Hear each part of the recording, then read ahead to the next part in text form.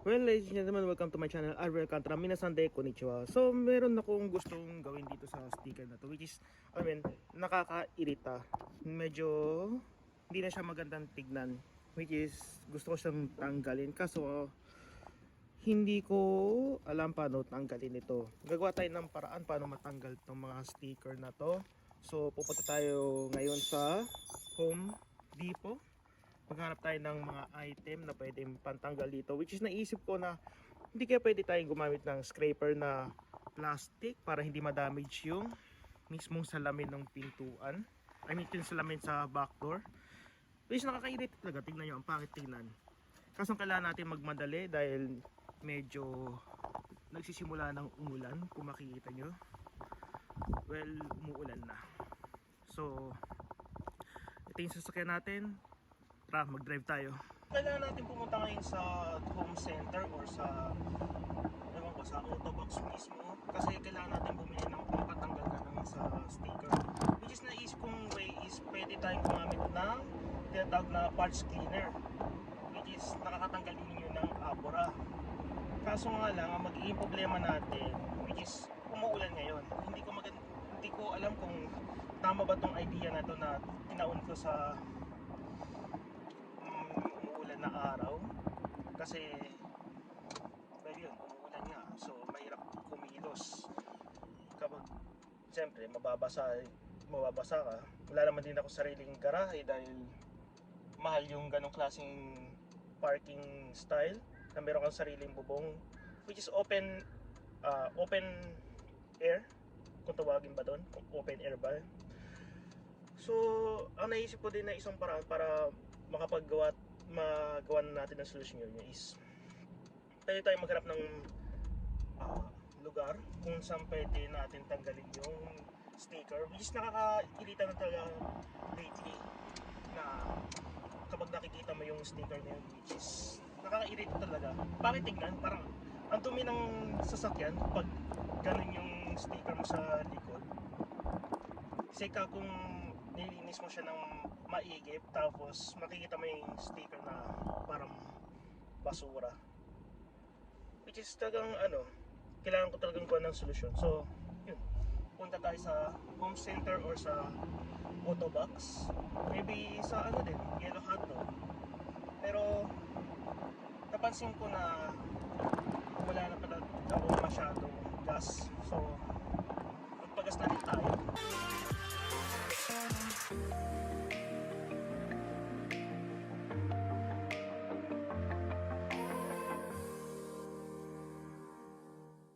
So ang sitwasyon natin ngayon is naghahanap ako ng murang gas station, kasi kung makikita nyo medyo mahal yung gas lately dahil nga sa alam na nangyayari sa mundo ngayon, which is sige, mag-try pa tayo na maghanap ng ibang gas station mahal dito. So meron ako nakitang medyo murang gas station. Nandito tayo ngayon sa Cosmo, which is medyo mura yung gas dito. So dito tayo magpapagas dahil kailangan natin magtipid, at which is kailangan din natin ng pera dahil sa which is tatanggalin nga natin yung sticker sa sa likod. Saan daw sa desu ka? 結構向こうにあるんで、Oh. それかもうギリギリつけてもらって、Oh. 反対側伸ばすか。なんとかそうだ。すいません。ありがとうございます。すいません。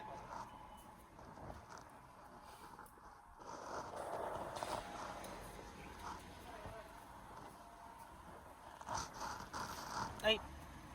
これぐらいしましょうね。多分届くと思うんですけど。あ、はい。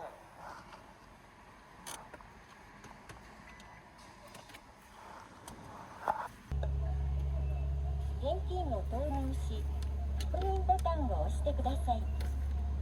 レシートに触れてから燃料油キャップを開け、赤色のノズルで静電気除去シートに触れてから燃料油キャップを開け、赤色のノズルで給油してください。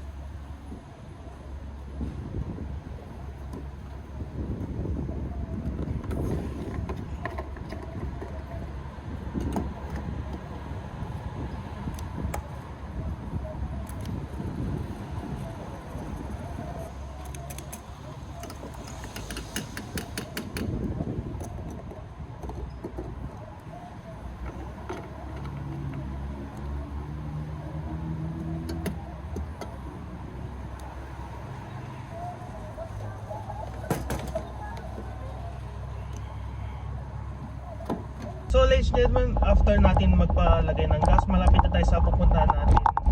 Kailangan natin pagbilihan ng mga parts cleaner sa scraper, I think, para matanggal nga yung sticker sa labas, which is ang ina talaga, nakakadiri na talaga. Malapit na tayo. Ipapark ko na lang tong sasakyan na to, which is kanina pala medyo mabait yung staff sa gas station kasi ang dami nagpapagas, so mahirap pumwesto kasi nasa left side yung aking lalagyanan ng gas. Kaso lahat ng mga pang left side na gas pump, tawag ba ito, gas pump, nasa left, nasa right side lang yung itero na pump. Kaso yun, mabait nga yung staff kanina, which is arigatou gozaimashita. Nagpa-park na lang tayo.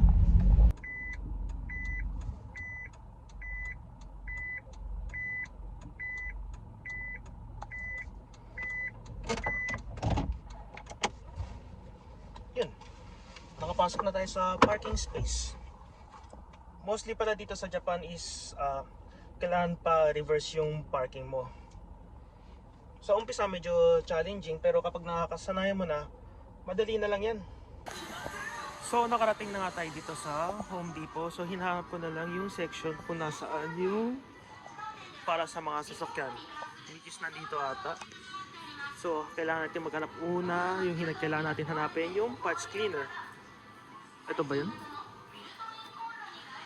Powerful revoke. Hindi ito yung hinahanap natin. Parts cleaner. Ayun din silang mga tindang rito, oil, which naalala ko kailangan ko rin pala mag-change oil, maybe siguro pag after mga 2 months, siguro mga 2 months na siguro. Parts cleaner. Ayun, parts cleaner. Kaso ang puchet ang mahal ng parts cleaner dito. Ang hinahanap ko lang is yung murahin. Hindi ko naman kailangan siguro ganyang karaming parts cleaner. Ang tatanggalin lang naman natin yung sticker.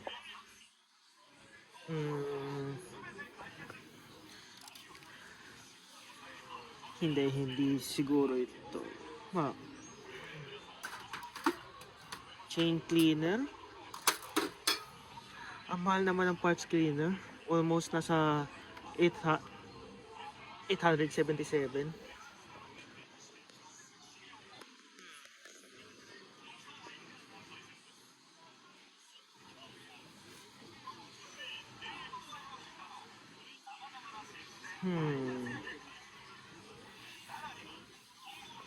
Wala bang mumurahin? Well, dahil sa medyo mahal yung parts cleaner, naisip ko na baka sa ibang store na lang ako pumunta, dahil which is hindi ko naman ganun kailangan karami ng parts cleaner. Tapos konti lang naman din yung magagamit ko. Medyo may kamahalan siya. Naghahanap ako ng range na something nasa 300 yen lang yung budget na parts cleaner. So ngayon ang kailangan kong wait lang, dito pala. Maghanap muna tayo ng tinatawag na scraper, which is kanina parang napansin ko ata meron scraper dito which is na medyo asan yun? Kanina nakita ko na nandito ata, which is kailangan natin maghanap ng pinakamurang scraper.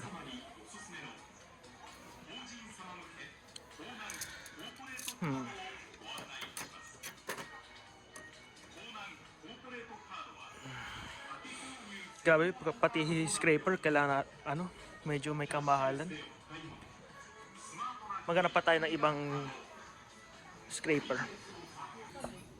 So nandito tayo ngayon sa may bandang 100 yen store, which is sa second floor pala nitong building na to. Meron din silang 100 yen store. So nag-iisip ko kung I think meron akong ganitong scraper sa bahay, which is plastic. Hindi ko nga alam na kung pwede siya makakatanggal sa matagang matidikit na sticker. So meron ditong scraper na nagkakahalagang 1,000 yen lang. Ay wait, 1,000 yen tuloy po siya. Napakamahal naman nun. 100 yen. So ito yung una natin bibilin. Tapos mamaya siguro kailangan natin pumunta sa ibang store kasi para maghanap ng mas murang parts cleaner. Which is meron akong naisip na ibang store. Yun yung pupunta natin mamaya. Which is, teka lang, bayaran muna natin to bago tayo pumunta doon. So yun, nakabili nga tayo ng scraper para matanggal yung sticker. Which is ang problema naman natin ngayon, wala akong makita talaga kanina na murang parts cleaner. So kailangan natin pumunta pa sa ibang store para maghanap ng mas murang parts cleaner. Kasi medyo kanina nga gumastos na nga ako ng gas. Which is inabot ako ng 1,000 yen. At siyempre kanina yung scraper. Yung scraper kanina. Which is inabot naman ako kahit mura na 100 yen lang yun. Siyempre, sa panahon ngayon kailangan magtipid. So, punta tayo sa ibang store para maghanap ng parts cleaner na mas mura na nasa budget lang. Which is, ito yung nga pala yung sasakyan ko. Which is, medyo cute. So again, ladies and gentlemen, ito malapit na ulit tayo mag-park at malapit na tayo sa next store na pinupuntahan natin ngayon. Which is, ano rin siya, paano ko i-explain to? Home Depot din siya pero ibang brand. Yung kanina kasing pinuntahan natin is what you call is Conan. Yun yung pangalan ng Home Depot na yun. Na nandito tayo sa may bandang Namba. So Namba, sa may Namba Station. Ang pangalan ng store na pupuntahan naman natin next is DMC.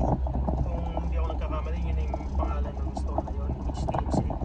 At then again, ito, nagpa-park ulit tayo, which is karamihan dito sa parking dito sa Osaka ay nasa bandang rooftop or nasa loob ng building yung mga parking dito.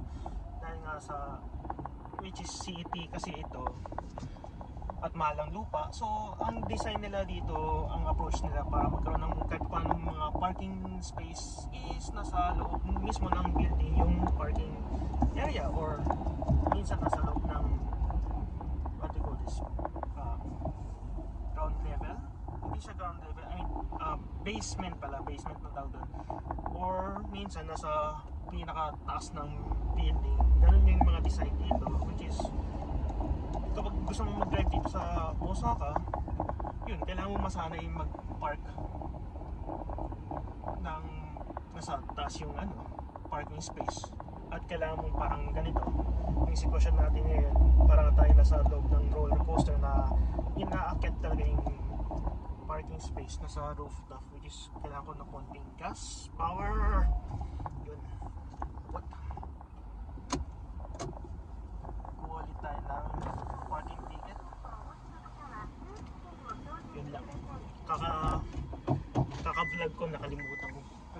Bumelo.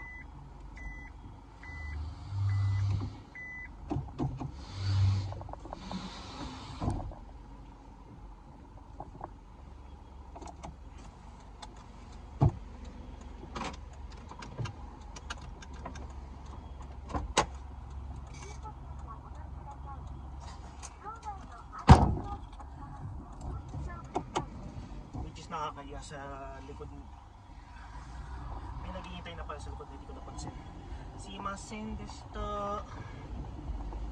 Nagpa-vlog kasi ng vlog eh. Yan tuloy, hindi nakabuela ng maayos.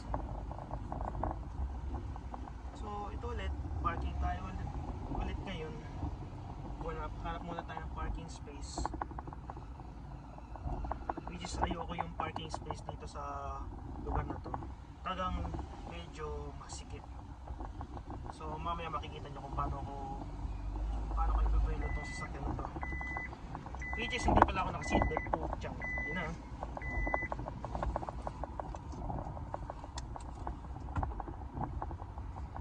Parking space. Okay, dito tayo. May naghihintay sa likod. Which is ang liit talaga ng parking space dito. God damn it. Okay, as always, papark yung parking natin.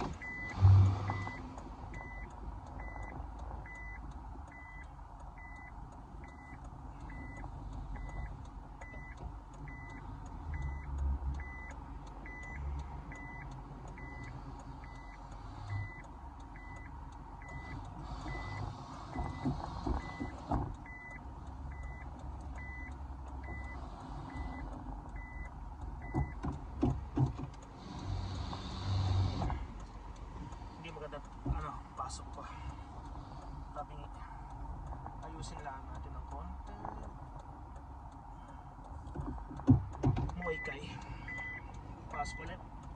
Sana pumasok. God damn it, ang liit talaga ng parking space dito. Shoot, ang ina.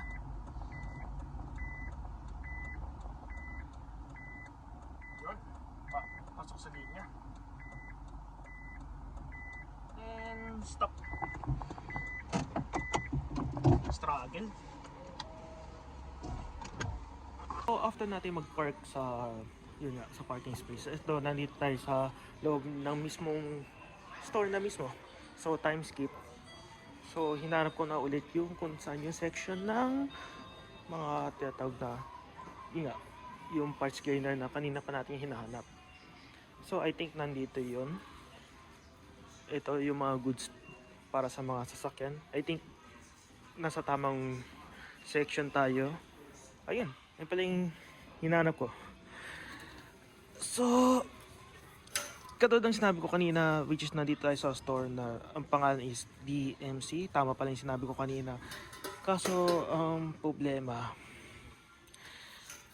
ang nakasuot is sa katakana, it's ito. Pasensya na ladies and gentlemen, medyo nag-loading yung utak ko na. Ang nakasuot is brake cleaner.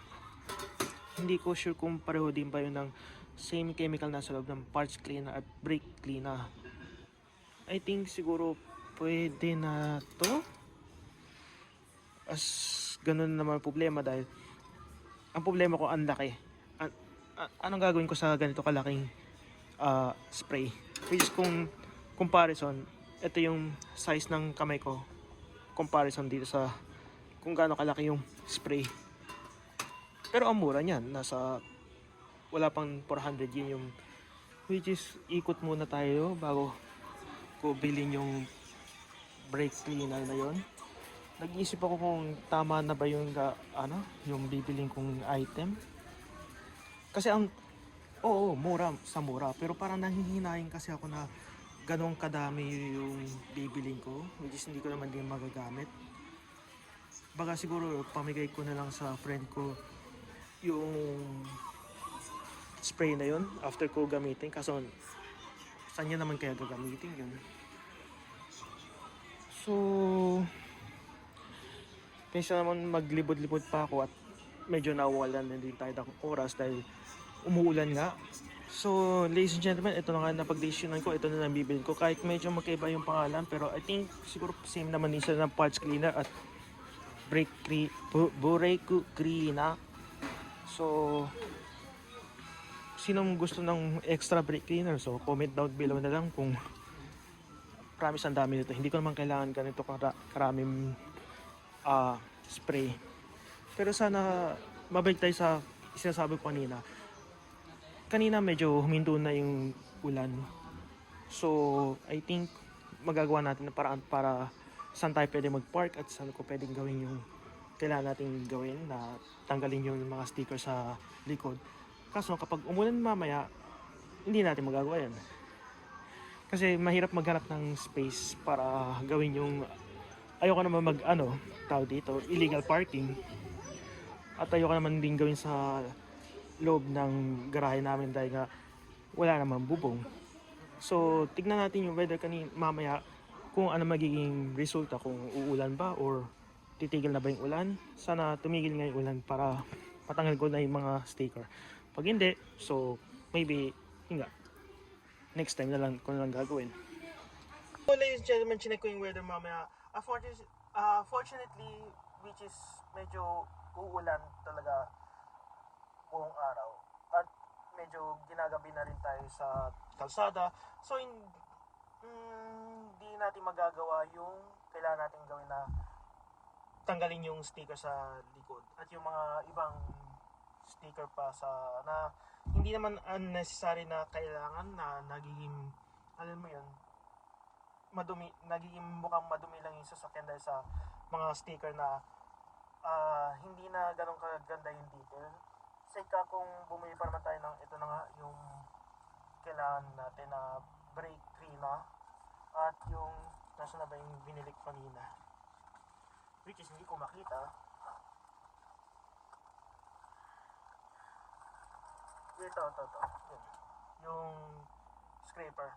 So, maybe gagawa na lang ako ng part 2 nitong video na to, paano tanggalin yung sticker sa likod, which is yun, i-explain ko sa part 2 ng video na to kung paano nga tanggalin yung sticker sa likod, which is sana tama yung explanation ko or yung mga based on experience ko sa paglilinis ng hotel na kung paano magtanggal ng mga unnecessary na dumi sa mga sabihin natin sa carpet.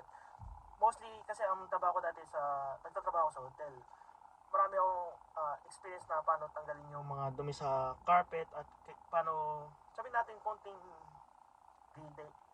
detailing. So, yun. See you next time, ladies and gentlemen. Mata ne.